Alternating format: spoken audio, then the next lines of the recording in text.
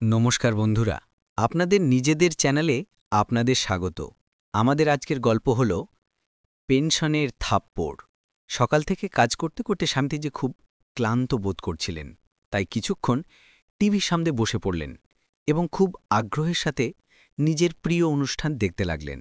সারাদিনের কাজের পর কিছুক্ষণ সময় বের করে টিভি দেখা তার ভালো লাগত। তার স্বামী রাজেশজি পাশেই বসে খবরের কাগজ পড়ছিলেন। এইমাত্র তিনি টিভি দেখতে শুরু করেছেন, এমন সময় হঠাৎ টিভি বন্ধ হয়ে গেল।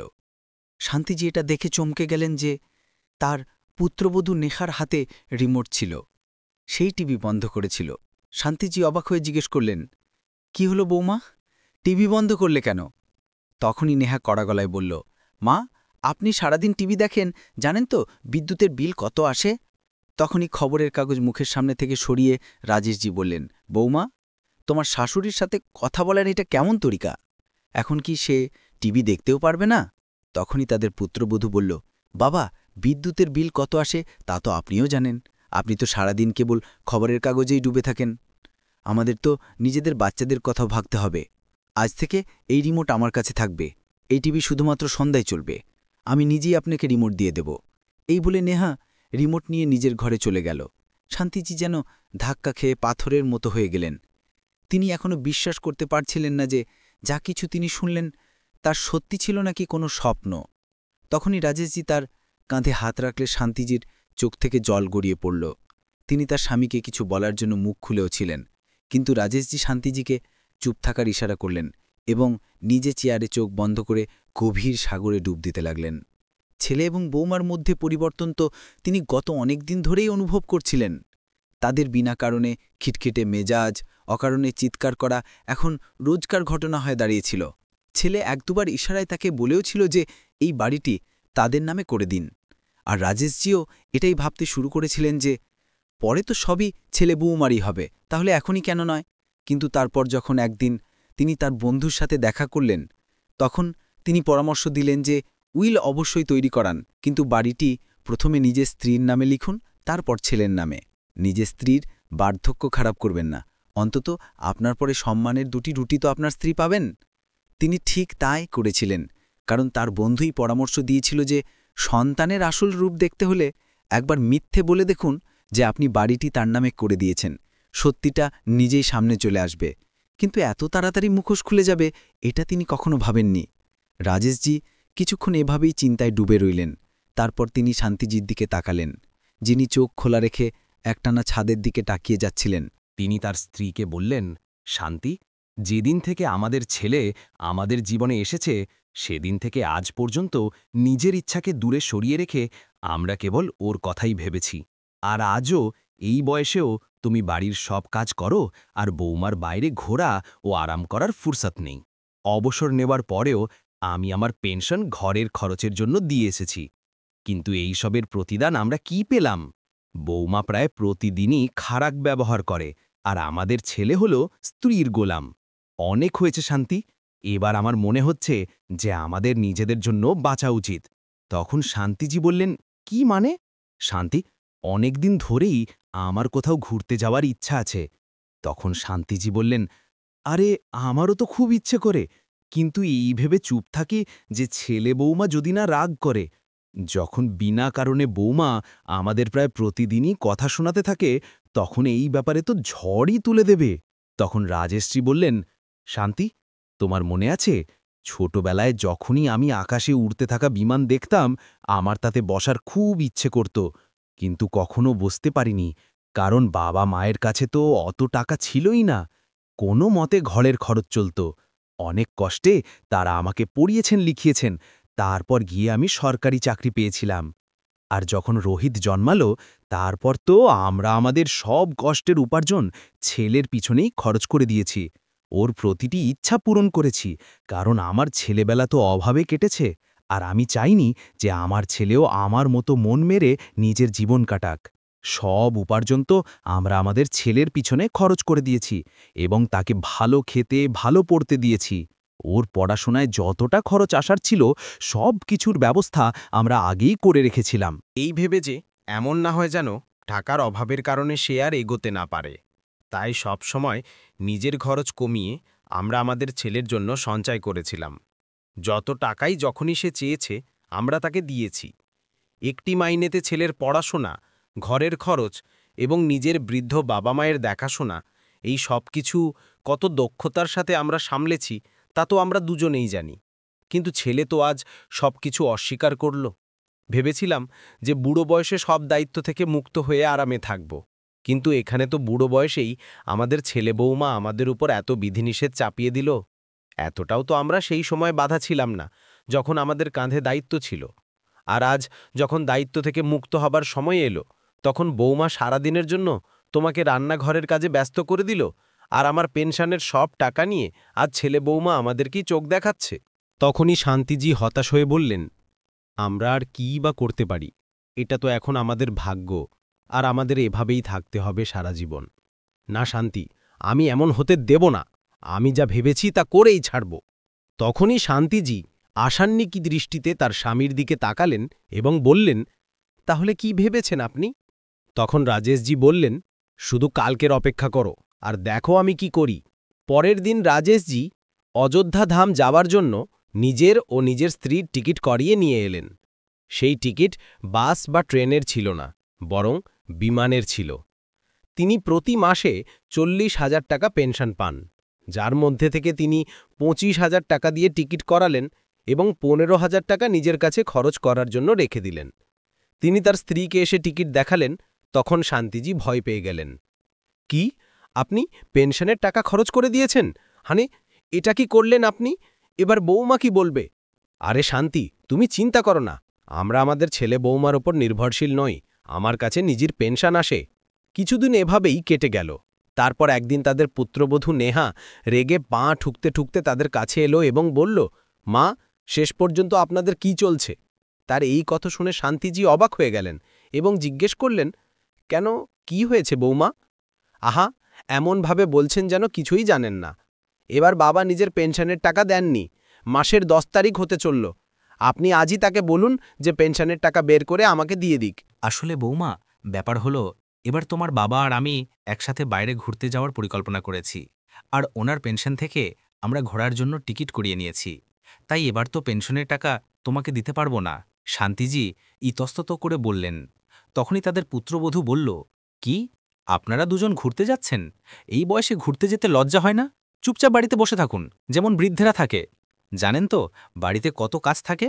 আপনার ছেলেকে আসতে দিন, তাকেও বলবো যে তার বাবা মা কত ফালতু খরচ করে, আর আমাদের দুজনের অনুমতি ছাড়া আপনারা বাইরে ঘুরতে যাওয়ার কথা ভাবলেনই বা কি করে? বৌমা নেহার কথা শুনে শান্তিজি বুঝতে পারলেন যে আজ তাদের ছেলে আসার পর বাড়িতে ভালোমতোই হাঙ্গামা হবে, কারণ সবসময় বাড়িতে এটাই হয়ে এসেছে যে পেনশনের সব টাকা তাদের ছেলে বৌমা তাদের কাছ থেকে নিয়ে নেয় এবং নিজেদের হিসাব মতো খরচ করে। এমনকি তাদের এর থেকে 500 টাকা বের করার অনুমতি ছিল না। যদি তারা এমন করতেন তবে বাড়িতে তুমুল ঝগড়া হতো। একবারের ঘটনা, রাজেশজি নিজের স্ত্রীকে বিবাহবার্ষিকীতে 1000 টাকা ছাড়িয়ে এনে দিলেন। তখন পেনশন থেকে 1000 টাকা কম দেখে তাদের পুত্রবধূ রাজেশজিকে চেঁচিয়ে বলল, এর মধ্যে থেকে 1000 টাকা আপনি কি করেছেন? কোথায় খরচ করে এসেছেন? যখন রাজেশজি বললেন যে আমি তোমার শাশুড়ির জন্য তার পছন্দের শাড়ি কিনেছি, কারণ অনেক দিন ধরে সে শাড়ি কেনেনি। যখনই আমি তার জন্য শাড়ি কিনতে যেতাম তখন সে বলতো যে আমার কাছে অনেক শাড়ি আছে, কিন্তু যখন পরার সময় আসতো তখন একটিও ভালো শাড়ি দেখা যেত না। তাই ভাবলাম যে তার জন্য একটি শাড়ি কিনে দিই। তখনই নেহা বলল, কি, শাড়ি কিনতে 1000 টাকা খরচ করে দিলেন? এই বয়সে আপনারা একে অপরকে অ্যানিভার্সারির উপহার দিচ্ছেন? একটু ভাবুন তো, বাড়িতে ছোট বড় কত খরচ হয়। বিদ্যুৎ, জল, রেশন, সবকিছুর বিল আমাদের দিতে হয়। কিন্তু আপনারা কি আর জানেন যে শহরে থাকা কেমন হয়? সারা জীবন তো গ্রামেই থেকেছেন। এই ঘটনাটি মনে করতে করতে শান্তিজি মনে মনে ভয় পাচ্ছিলেন যে যখন বৌমা 1000 টাকার জন্য এত হাঙ্গামা করেছিল, তখন তো এখন পেনশনের সব টাকা টিকিটে খরচ হয়ে গেছে। সন্ধ্যায় যেই শান্তিজির ছেলে রোহিত বাড়ি ফেলল, তখন নেহা তাকে সবকিছু বলে দিল। রোহিত তখনই রেগে আগুন হয়ে নিজের ঘর থেকে বেরিয়ে এলো এবং রাগে চিৎকার করতে লাগল। এই মাসে 10 তারিখ হয়ে গেছে আর আপনি এখনও পেনশনের টাকা দেননি, আর তো আর আমাদের না জিজ্ঞেস করে সব টাকা খরচ করে দিলেন। এবার এই মাসে রেশনের খরচ কিভাবে চলবে? আর এত ফালতু টাকা খরচ করার দরকার কি ছিল? বুড়ো বয়সে ঘোড়ার শখ চেপেছে। আরে, আরামে বাড়িতে থাকতে পারেন না? বেশি যদি ঘোরার মন ছিল তাহলে কাছের কোনো মন্দিরেই ঘুরে আসতেন। আমি আপনাদের বলে দিচ্ছি, যদি পেনশনের টাকা না দেন তো। এতটুকু কথা শুনেই রাজেশজির মুখ রাগে লাল হয়ে গেল এবং দাপুটে গলায় জোরে বললেন, তো কি বেটা, অনেক হয়েছে। তোমার কেবল আমাদের ঘোড়াটাই চোখে পড়ে। নিজেরা যে ফালতু খরচ করো তা চোখে পড়ে না। বৌমা প্রায় প্রতিদিনই নতুন নতুন কাপড় কিনে আনে, পার্টি করতে যায়। তোমরা প্রতি রবিবার বাইরে খেতে যাও, সেটার কি? আর তো আর আমাদের টিভি দেখাও তোমাদের সহ্য হয় না। তোমার স্ত্রী আমাদের টিভি দেখার সময় পর্যন্ত ঠিক করে দিয়েছে। আরে বুড়ো হয়েছি, মরে তো যাইনি আমরা। আমাদেরও তো ইচ্ছা করে নিজের ইচ্ছা মতো কিছু করার, কোথাও যাওয়ার, ভালো কিছু খাওয়ার। আমাদের কোথাও গেলে তোমাদের খরচ বেড়ে যাবে, কিন্তু তোমাদের বাইরে ঘুরতে যাওয়া, সিনেমা দেখতে যাওয়া, বাইরে খাওয়া দাওয়া করাতে খরচ বাড়ে না? নিজেদের জন্য তো খুব খরচ করো, কিন্তু বাবা মা একটু খরচ করে নিলে তো খেপে ওঠো। ভুলে গেলে যে 2 মাস আগেই তোমরা বিদেশ ঘুরে এসেছো? তো কি বিমানের টিকিট মুনামূল্যে আসে? বছরে 2বার তোমরা বাইরে ঘুরতে যাও, আমরা কি কখনো বাধা দিয়েছি যে তোমরা কোথায় যাচ্ছ, কত খরচ করছো? আর আজ নিজেদের ঘোরার জন্য একটু টাকা আমরা খরচ করে দিলাম, তো তোমাদের কষ্ট হতে লাগলো? তখন রোহিত বলল, বাবা, নিজের ঘোরার জন্য আমি আপনার কাছে টাকা চেয়ে খরচ করি না। নিজে টাকা কামাই আর সেই টাকা দিয়ে আমরা ঘুরতে যাই। তো বেটা, আমিও তো আমার পেনশনের টাকা দিয়েই ঘুরতে যাচ্ছি। আমি তোমার কাছে টাকা চাইনি। বাবার এই জবাব শুনে রোহিত রাগে টমটমে হয়ে গেল এবং বলল, ঠিক আছে বাবা, যদি আপনারা ঘুরতে যাওয়ার পরিকল্পনা করেই থাকেন, তাহলে একটা কথা বুঝে নিন যে এই বাড়িতে থাকতে হলে আমি আপনাদের বিনামূল্যে খাওয়াবো না। খরচের জন্য টাকা তো আপনাদের দিতেই হবে, না হলে আপনারা রুটি পাবেন না। আমার কাছে এত টাকা নেই যে আপনাদের খাওয়া দাওয়াও চালাবো আর আপনাদের ঘোরাফেরার খরচও। এইটুকু বলে রোহিত নিজের ঘরে চলে গেল। তখনই তার পুত্রবধূ নেহা বলল, কখনো ভেবে দেখেছেন যে আপনার ছেলে সারাদিন কত পরিশ্রম করে আর তারপর 2 পয়সা ঘরে নিয়ে আসে? আমরা কিছুদিন বিদেশ কি ঘুরতে গেলাম, সেটা আপনার চোখে পড়ে গেল, কিন্তু এইটা চোখে পড়ে না যে আপনার 2জন নাতি আছে, তাদের ভবিষ্যতের জন্য কিছু টাকা বাঁচিয়ে রাখুন। শুধু টাকা ওড়ানোর পিছনেই লেগে আছেন। এই বুড়ো বয়সে এখন আর কোথাও ঘুরতে যাওয়ার দরকার নেই। চুপচাপ বাড়িতেই থাকুন এবং বাড়ির দেখাশোনা করতে থাকুন। আর তাছাড়া এই বয়সে বাইরে ঘুরতে গেলে ঘোড়ার চক্করে যদি অসুস্থ হয়ে পড়েন, তাহলে আমি আপনাদের সেবা করব না, তখন পড়ে থাকবেন এক কোণে। কেন বৌমা, বাড়িতে থেকে কি তোমার শাশুড়ি সারাদিন কাজ করে না? বাইরে ঘুরতে গেলে তবেই তোমার মনে হয় সে অসুস্থ হয়ে যাবে? রাজেশজির কথা শুনে নেহা মুখ ফুলিয়ে নিজের ঘরে চলে গেল। শান্তিজি তো নিজের ছেলে বৌমার কথা শুনে অবাক হয়ে দাঁড়িয়ে রইলেন। তার চোখ থেকে জল বেরিয়ে এলো। তিনি বুঝতে পারছিলেন না যে কি করবেন।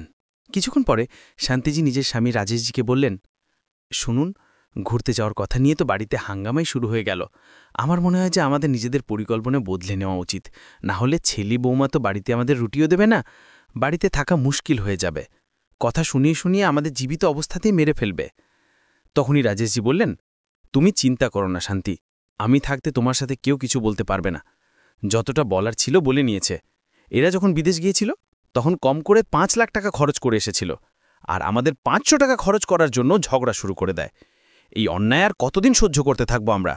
কখনো না কখনো তো বলতেই হবে, না হলে আমরা এভাবেই আপোষ করতে থাকব। পরের দিন সকাল সকাল যখন শান্তিজি রান্নাঘরে চা জলখাবার তৈরি করছিলেন, তখন সবাই জলখাবার খাচ্ছিলেন। শান্তিজি তার পুত্রবধূ ও ছেলের দিকে তাকালেন। তখন তাদের মুখে তখনও রাগ চেপেছিল। না তারা কারো সাথে কথা বলছিলেন, না কারো সাথে চোখ মেলাচ্ছিলেন। রাজেশজি নিজের বাড়ির পরিবেশ ভালোভাবেই বুঝতে পারছিলেন। যেই জলখাবার শেষ হল, তখন রাজেশজি শান্তিজিকে বললেন, শান্তি, এখন আমাদের ঘুরতে যেতে হবে, তাই চলো তোমাকে 2-3টে নতুন শাড়ি কিনে দিই, আর নিজের জন্য কিছু ভালো কাপড় কিনে নিই। অনেকদিন ধরে আমিও ভালো কাপড় কিনে নিই। এখন ঘুরতে যাব, তখন পুরনো কাপড় পরব না। রাজেশজির এতটুকু বলার অপেক্ষা ছিল। তাদের ছেলে বৌমা তো আগে থেকেই লেগে যাওয়ার জন্য তৈরি ছিল। সব সীমা পেরিয়ে তাদের ছেলে রোহিত বলল, বাবা, এখন আমরা আপনাকে নিজেদের কাছে রাখতে পারবো না। আরে আপনি তো সব সীমা পার করে দিয়েছেন। আপনি নিজের থাকার ব্যবস্থা অন্য কোথাও করুন। সব লজ্জা তো আপনি বিক্রি করে খেয়েছেন। এখন বুড়ো বয়সে আপনি ঘুরতে যাচ্ছেন। আপনার এই আচরণ আমাদের সহ্য হবে না। তখন রাজেশজি বললেন, বেটা, আমরা আমাদের থাকার ব্যবস্থা অন্য কোথাও কেন করব? এই বাড়িটা আমাদের। এটা কি আমি নিজের রোজগার দিয়ে বানিয়েছিলাম? আর তো আর, এই বাড়ির জমিও আমার পরিশ্রমের রোজগার দিয়ে কেনা হয়েছে। আর এই হিসাবে এই বাড়িটা আমার। কিন্তু বাবা, আপনি ভুলে যাচ্ছেন যে আপনি এই বাড়িটা আমার নামে করে দিয়েছেন। তখন রাজেশজি এক হাসির সাথে বললেন, না বেটা, আমার ভালোভাবে মনে আছে যে আমি উইলে কি লিখেছিলাম। সে তো ভালো আমার বন্ধুর জেস্টেন আমাকে এই পরামর্শ দিয়েছিল যে আমার জীবিত থাকতে নিজের বাড়ি নিজের ছেলের নামে করা উচিত নয়। আর ভালোই হয়েছে যে আমি বাড়িটা তোমার নামে করিনি, না হলে আমাদের গৃহহীন করতে তুমি এক মুহূর্তও দেরি করতে না। একটা কথা কান খুলে শুনে নাও, যে আমি আর তোমার মা জীবনে প্রচুর সম্মান অর্জন করেছি, আর যদি তোমরা আমার বা তোমার মায়ের অসম্মান করো, তাহলে এটা আমার একেবারেই সহ্য হবে না। তাই আজ আমি সিদ্ধান্ত নিয়েছি যে তোমরা ওপরের তলা শিফট হয়ে যাও এবং নিজেদের সংসার আলাদা করে নাও, আর আমাকে প্রতি মাসে 10,000 টাকা ভাড়া দিয়ে দিও। অথবা অন্য কোনো বাড়িও খুঁজে নিতে পারো, তাতেও আমার কোনো আপত্তি নেই। আজ মাসের 20 তারিখ, তোমাদের কাছে 30 তারিখ পর্যন্ত সময় আছে। ভেবে জবাব দিও, আমি সেই হিসাবে পরের বিষয় ভাবব। এখন সিদ্ধান্ত তোমাদের। তখনই নেহা বলল, যদি আপনি আমাদের এই বাড়ি থেকে বের করে দেন, তাহলে এত বড় বাড়িটা দিয়ে কি করবেন? আর এই বুড়ো বয়সে আপনাদের দেখাশোনা কে করবে? আমরা আপনার পুত্রবধূ ছেলে। শেষ পর্যন্ত আমরাই তো আপনার কাজে আসব। তখনই রাজেশজি বললেন, আরে আরে, এখনো তো আমরা সুস্থ আছি, তখন তোমাদের এই অবস্থা। যখন আমরা পুরোপুরি তোমাদের ওপর নির্ভরশীল হয়ে যাব, তখন তো তোমরা আমাদের না খাইয়েই মেরে ফেলবে। এখন যদি নিজেদের টাকা খরচ করতেই হয়, তবে আমরা কেন তোমাদের রোষ সহ্য করব? আর বুড়ো বয়সে কাটানোর কথা যদি বলো, তাহলে এত বড় বাড়ি, এই বাড়িতে আমি 2 জন ভাড়াটিয়াকে আরামে বসাতে পারি। আর কাজের লোক পাওয়া কোনো কঠিন কাজ নয়। রান্না করা এবং ঘরের বাকি কাজের জন্য আমরা কাজের লোক রেখে নেব। নিজেদের পেনশন দিয়ে আমরা আমাদের বুড়ো বয়স ভালোভাবে কাটাতে পারি। তোমরা আমাদের বুড়ো বয়সের চিন্তা করো না বৌমা। এই কথা শুনে রোহিত আর নেহা হতবাক হয়ে গেল। চলো শান্তি, আমরা শপিং করতে যাই। বলতে বলতে রাজেশজি তার স্ত্রীর হাত ধরলেন এবং বাজারে চলে গেলেন। রাজেশজির এই জবাব শুনে তাদের ছেলে ও বৌমার পায়ের তলা থেকে মাটি সরে গেল। তারা বিশ্বাস করতে পারছিল না যে তাদের বাবা এমন কিছু করতে পারেন। সন্ধ্যায় তারা নিজেদের জন্য নিজেদের পছন্দের কাপড় কিনে নিয়ে এলেন। কিন্তু তাদের পুত্রবধূ নেহা এবার চুপ থাকাই উচিত মনে করল। সে বুঝতে পেরেছিল যে যদি এখন সে কিছু বলে, তাহলে তার শ্বশুর তাকে আরও 2-4 কথা শুনিয়ে দেবেন। পরের দিন রমেশজি এবং শান্তিজিকে বিমানে করে অযোধ্যা ধামের যাত্রায় যেতে হতো, যার কারণে তারা খুব খুশি ছিলেন, কারণ তারা প্রথমবার নিজেদের বিমানে চড়ার স্বপ্ন পূরণ করতে যাচ্ছিলেন। সকালের দিকে তারা 2 জন তৈরি হয়ে নিজেদের ব্যাগ নিয়ে যেই বাইরে বের হতে লাগলেন, তখন নিজের ছেলে ও বৌমাকে ডেকে বললেন যে আমরা 10 দিন পরে আসব, ততদিন তোমরা নিজেদের ব্যবস্থা করে নিও। এই বলে তারা 2 জন বিমানবন্দরের জন্য বেরিয়ে গেলেন। বিমানবন্দরে বিমান দেখে তারা মনে মনে খুব খুশি অনুভব করছিলেন এবং নিজের স্ত্রীকে বলতে লাগলেন যে জাহাজ মানে বিমান তো সত্যিই খুব বড় হয়। যখন আকাশে উঠতে দেখেছিলাম তখন এমন মনে হতো যে এটা খুব ছোট জিনিস, কিন্তু আজ সামনে থেকে দেখে বোঝা গেল যে এটা আসলে কতটা বড় হয়। যখন তারা 2 জন অযোধ্যা ধামে পৌঁছালেন, তখন সেখানে পৌঁছে তারা মন্দিরে দর্শন করলেন এবং তারপর আশেপাশের জায়গা ঘুরতে বেরিয়ে গেলেন। শান্তিজি তাকে বললেন যে সত্যি এই দিনগুলো আমাদের জীবনের সবচেয়ে ভালো দিন, যখন আমরা একে অপরের সাথে এত সুন্দর সময় কাটাতে পারছি। তারপর রাজেশজি বললেন, শান্তি, আমরা বুড়ো হয়ে গেছি তো কি হয়েছে? শখ তো আমাদের মনেও আছে, তাই না?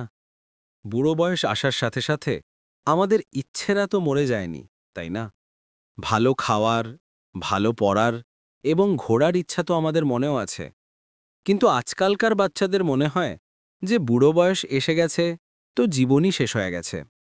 এটা তো ঈশ্বরের কৃপা যে এখনও আমরা পেনশন পাই। আজ এই পেনশনের জোরে আমি আমার সন্তানদের সামনে কথা বলতে পারলাম। কিন্তু আমার তো সেই বাবা মায়েদের জন্য চিন্তা হয় যারা সব কিছু নিজেদের সন্তানের জন্য উজাড় করে দেন এবং বুড়ো বয়সের জন্য কিছুই নিজেদের কাছে রাখেন না। কিভাবে সেই লোকেরা নিজেদের বুড়ো বয়স কাটায় যখন তাদের সন্তানরা একটি একটি জিনিসের জন্য তাদের মুখাপেক্ষী করে তোলে? অযোধ্যা ধাম তো অনেক দূরের কথা, আমাদের ছেলে তো আমাদের আজ পর্যন্ত কাছের কোনো মন্দিরেও নিয়ে যায়নি। যাক, এই সব কথা ছেড়ে দাও শান্তি। আমরা এখানে আরামে কিছুদিন কাটাবো এবং তারপর বাড়ি যাব। দেখতে দেখতে 10 দিন কেটে গেল। তারপর যখন তারা 2 জন বাড়ি ফিরে এলেন, তখন তাদের দেখেই রোহিত ও নেহা দ্রুত তাদের কাছে দৌড়ে এলো এবং তাদের পায়ে পড়ে গেল আর বলল, বাবা, আমাদের ক্ষমা করে দিন, আমাদের ভুল হয়ে গেছে। আপনার যেমনই বাড়িতে থাকতে ভালো লাগে আপনি তেমনই থাকুন। আপনার যেখানে ঘুরতে যাওয়ার মন চাই সেখানে ঘুরে আসুন, কিন্তু আমাদের এই বাড়ি থেকে বের করে দেবেন না। আমরা এই বাড়ি ছেড়ে কোথায় যাব? আপনি তো জানেন যে আমার মাইনে কত। এখন তার মধ্যে থেকে আমি বাড়ির ভাড়ার 10,000 টাকা বের করলে খরচ কিভাবে চালাবো? তখন নেহা বলল, মা, আপনিই বাবাকে বোঝান না যে আমাদের এই বাড়ি থেকে যেতে না বলেন। এখন থেকে বাড়ির সব কাজ আমি করব। আপনি শুধু বসে আরাম করবেন এবং মন ভরে টিভি দেখবেন। টিভির রিমোট আপনার কাছেই থাকবে। রাজেশজির এখন বিশ্বাস হয়ে গিয়েছিল যে তাদের ছেলে বৌমার বোঝোদয় হয়েছে। এখন তারা তাদের বুড়ো বয়সের জীবনে হস্তক্ষেপ করবেন না। তখন তিনি বললেন যে ঠিক আছে বেটা, যদি তুমি এই বাড়িতে থাকতে চাও, তবে আমারও একটি শর্ত আছে। আমি আমার পেনশনের পুরো টাকা তোমাকে দেব না, কিছু টাকা আমি নিজের কাছে রাখব, কারণ বুড়ো বয়সে আমার আর আমার স্ত্রীরও কিছু খরচ আছে। আমাদের ওষুধের খরচ তো চলতেই থাকে, কখনো ব্লাড প্রেশারের ওষুধ, তো কখনো ডায়াবেটিসের ওষুধ, তো কখনো জয়েন্টের ব্যথার ওষুধ। আর বারবার আমার তোমার কাছে হাত পাতা ভালো লাগে না। নিজের টাকার জন্য আমি তোমাদের ওপর মুখাপেক্ষী হয়ে থাকি, এটা আমার মঞ্জুর নয়। তখন রোহিত বলল, না বাবা, আপনি এমন কথা বলছেন, আপনার যেমন ঠিক মনে হয় আপনি তেমনই করবেন। তারপর রোহিত নেহাকে বলল, নেহা, তুমি এখানে দাঁড়িয়ে কি করছো? জলদি মা আর বাবার জন্য চা বানিয়ে নিয়ে এসো, তারা ক্লান্ত হয়ে যাচ্ছেন। এতটুকু শুনেই রাজেশজি হাসতে লাগলেন এবং মনে মনে ভাবতে লাগলেন যে আজ যদি তিনি নিজের এবং নিজের স্ত্রীর আত্মসম্মানের জন্য এই সিদ্ধান্ত না নিতেন, তাহলে আগের মতোই আজও তাকে মন মেরে দিন কাটাতে হতো। কখনো কখনো জীবনে নিজেদের জন্য কিছু কঠোর সিদ্ধান্ত নিতেও হয়, একটু স্বার্থপর হতেও কোনো ক্ষতি নেই। এটা তো দুনিয়া, আর দুনিয়া তো কিছু না কিছু বলবেই। কিন্তু যদি নিজের হাতে টাকা থাকে, তবে আমাদের নিজের এতটা সম্মান তো বজায় রাখা উচিত যে আমাদের কেউ কিছু না বলতে পারে, এবং নিজেদের টাকার জোরে আমরা নিজেদের জীবন আত্মসম্মানের সাথে কাটাতে পারি। তো বন্ধুরা, আপনাদের কি মনে হয়, রাজেশজির নেওয়া সিদ্ধান্ত কি সঠিক ছিল? আপনাদের মতামত কমেন্ট বক্সে অবশ্যই লিখুন। যদি গল্পটি পছন্দ হয়ে থাকে, তবে ভিডিওটি লাইক করুন, চ্যানেলটি সাবস্ক্রাইব করুন এবং শেয়ার করতে একদম ভুলবেন না। গল্পটি পুরো শোনার জন্য আপনাদের অসংখ্য ধন্যবাদ।